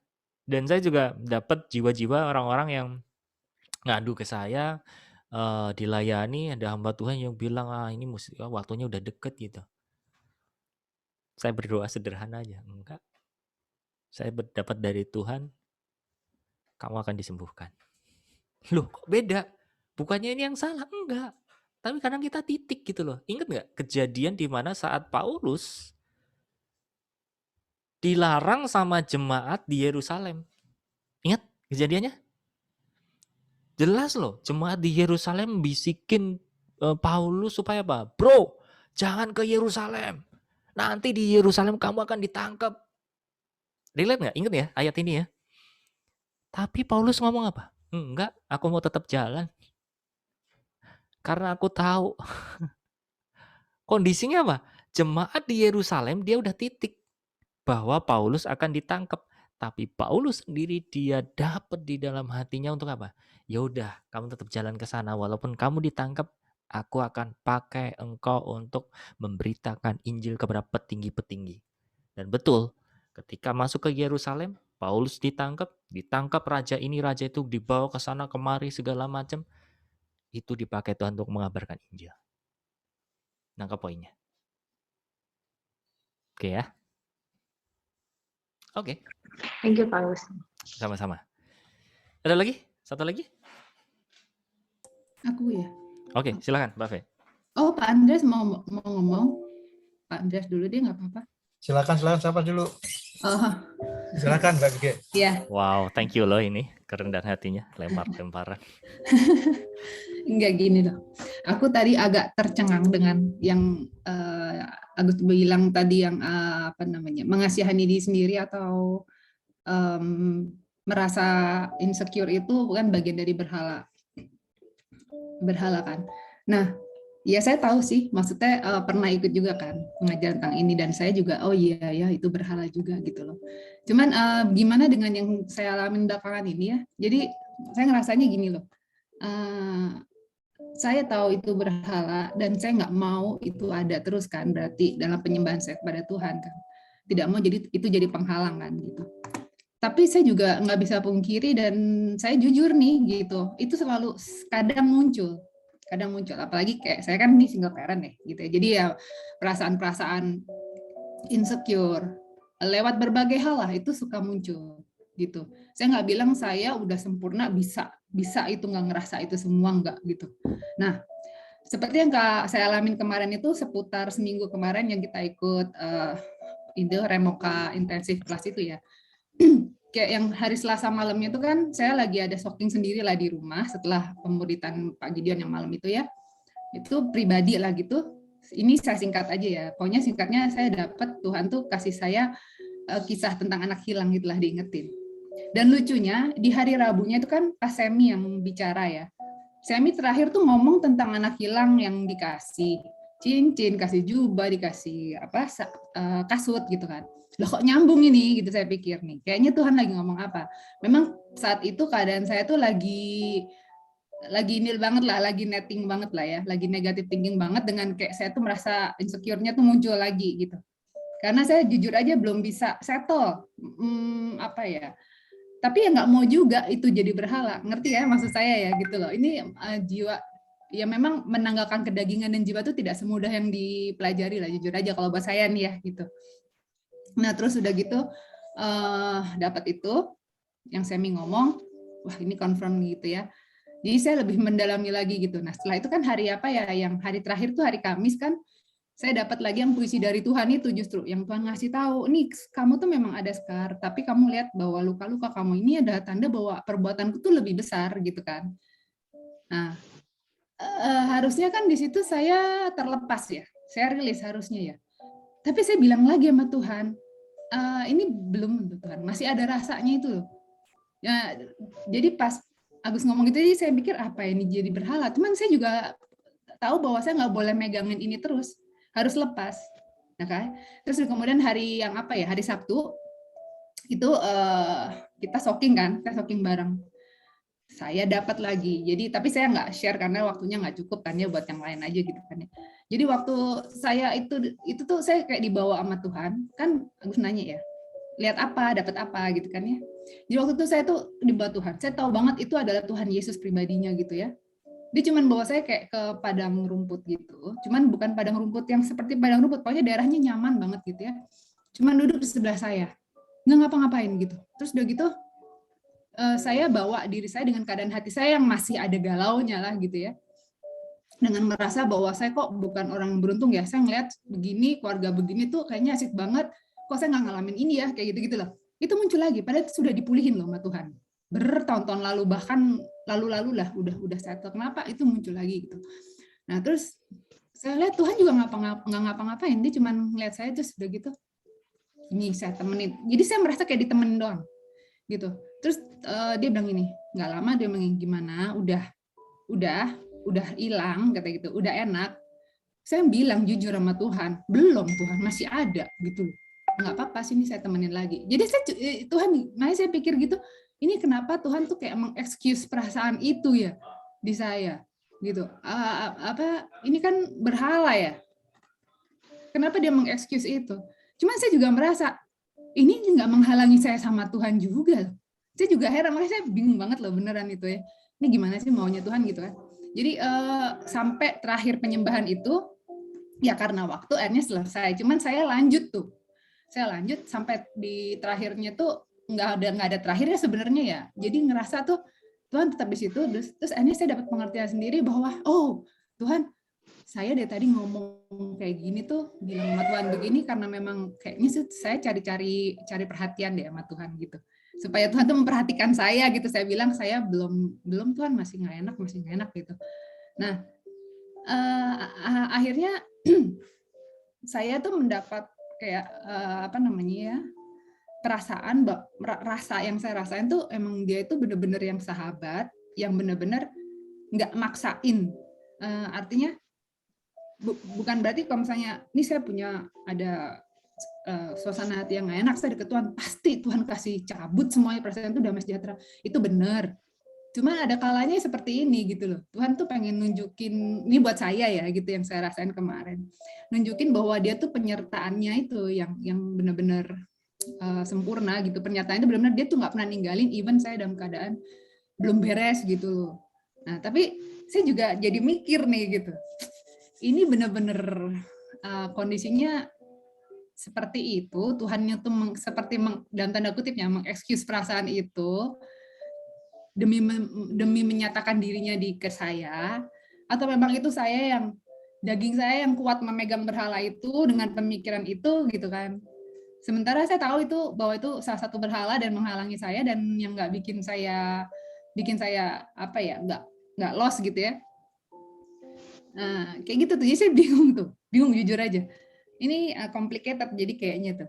Apa ini otak saya yang terlalu mencernanya berlebihan gitu ya.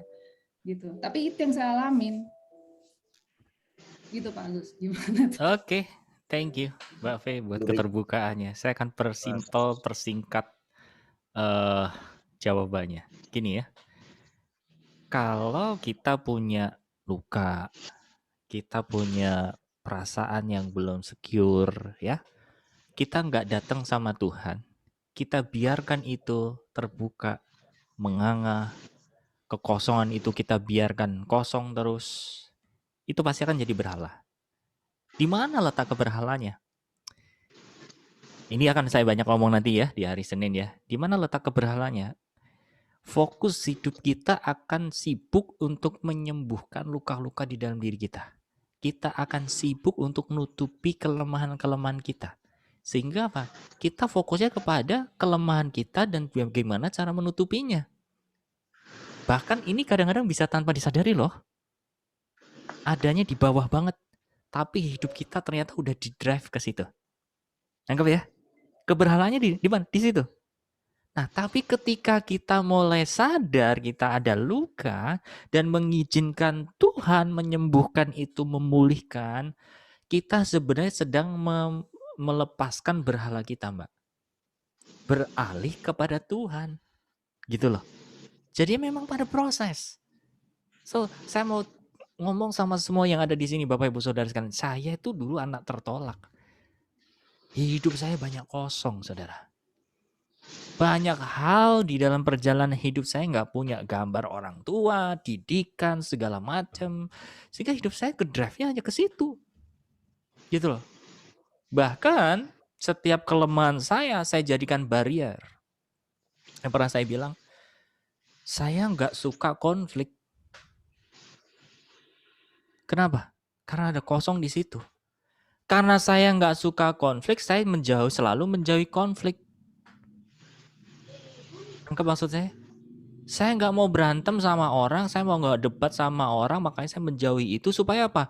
Saya nggak ngalamin perdebatan, saya nggak ngalamin luka. Karena apa? Saya menyimpan luka saya. Sih? Itu tuh kalau saya nggak dibebasin sampai hari ini, saudara, mungkin saya akan menjadi pribadi yang masih insecure. Tapi kalau ditanya gitu ya, apakah aku sudah lepas semua dari hal-hal insecurity semuanya? Saya nggak bisa ngaku 100%. Kenapa? Mungkin ada titik-titik yang dimana Tuhan mau ungkapkan, Tuhan mau bereskan juga, Mbak. Tapi sadari pada saat kita sudah mulai berbalik, kita sudah menyadari, kita sudah mulai bisa melihat ada sesuatu kekurangan di dalam diri kita. Kita sedang melepaskan berhala-berhala itu, Mbak Fe. Kejawab ya? Jadi pada saat kita mulai dipulihkan, Tuhan mulai mengasihi kita, kita mulai butuh kasihnya Tuhan. Walaupun sadar saat itu kita merasa, oh saya ada luka ya, saya ada ini ya, saya ada itu. Tenang, itu adalah jalan yang benar. Tapi kalau kita nggak mau melepaskan luka masa lalu itu, kekosongan kita tetap akan memberhalakan itu. Tapi ketika Mbak Vero melepaskan itu dan mau berjalan kepada Tuhan walaupun on progress, it's okay. Memang jalannya kayak gitu. Karena apa Bapak Ibu Saudara?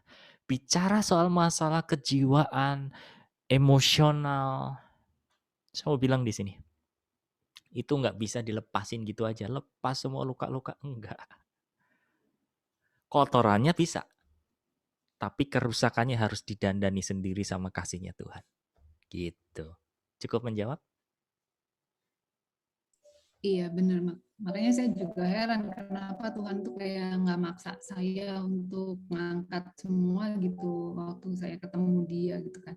Jadi kayak ya sesuatu yang dipaksakan kan juga nggak ini ya, mungkin bisa robek saya malah mungkin ya gitu ya. Ya. Jadi mungkin Tuhan juga melihat ada biar dia ngerasain, biar saya maksudnya ngerasain gimana ada dia dulu gitu. Segitu nyamannya baru nanti akan pulih gitu. Itu sih yang saya tangkap. Oke. Ya, Yes. thank you. Yuk. Thank you. Karena pemulihan jiwa itu ya, pemulihan emosional itu Bapak Ibu Saudara, bicara tentang keserupaan. Kita bicara karakter Yesus. Ya. Makanya pemulihan itu kadang-kadang kita melihatnya kok nggak selesai-selesai, kok butuh waktu lama. Karena apa? Untuk menginfus atau menginjeksi karakternya Tuhan, perlu jiwa yang pulih dulu. Pemulihan jiwa itu sama dengan menginjeksi karakternya dia. Gitu. Oke ya. Oke. Thank you semuanya sudah berpartisipasi. Thank you. Dan terima kasih Mbak Fe udah dibocorin dikit buat hari Senin. Itu bahan materi hari Senin sebetulnya. So, kita akan lanjutkan hari Senin nanti. Kita sama-sama doa dulu yuk. Bapak terima kasih. Kami mengucap syukur. Kami betul-betul disegarkan oleh firman-Mu dan kami percaya Bapak kasih-Mu saat ini melawat kami dengan benar-benar. Dan biarlah hari ini Tuhan, kami boleh punya peribadahan yang sejati. Karena kami mau dan rela mempersembahkan tubuh kami ini. Dan jadilah Allah, jadilah Tuhan. Kami melepaskan semua berhala-berhala yang kami punya ini. Walaupun saat ini kami masih ada yang kami pegang Tuhan. Biarlah Roh Kudus yang tunjukkan. Supaya betul-betul kami hanya menuhankan Engkau Tuhan. Kami mengalahkan Engkau ya Allah. Terima kasih untuk hari ini. Terima kasih pengurapan-Mu turun. Terima kasih untuk damai-Mu yang turun. Dan biarlah berkat-Mu boleh terlepas saat ini buat anak-anak yang Kau kasih ini Bapa. Berkat daripada-Mu terus mengalir. Membuat mereka tidak pernah kekurangan. Tapi pertolongan-Mu tepat pada waktunya. Dan bahkan Kau jadikan mereka semua menjadi saluran berkat. Berkati dengan kasih-Mu, berkati dengan damai sejahtera-Mu, berkati dengan anugerah-Mu. Dan persekutuan dengan Allah boleh kami nikmati sepanjang masa, kapanpun. apapun yang terjadi. Kami punya hubungan dengan Engkau. Terima kasih Bapa. Dalam nama Yesus kami berdoa dan mengucap syukur. Haleluya. Amin. Oke, buka kameranya dulu ya. Saya akan ambil fotonya Bapak Ibu Saudara sekalian. Yang punya pertanyaan mengenai hal-hal hati, pengenalan akan Tuhan, segala macam, kumpulin aja nggak apa-apa Bapak Ibu ya. Nanti tanyakan. Kalau kita ada ruang untuk tanya jawab, silahkan maksimalkan. Ya, nanti kita sama-sama akan bahas. Oke, saya hitung sampai 3, kita akan foto. 1, 2, dan 3. Oke, satu lagi. 1, 2, dan sebentar. Sebentar, saya klik chatnya dulu. 1, 2, dan 3. Oke.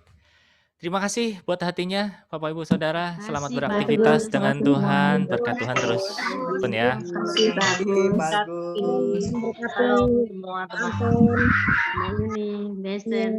Thank you Pak Agus. Ya, Mas, sama-sama Omega. Bu. Dan Bu Eva. Terima kasih Pak Andrea.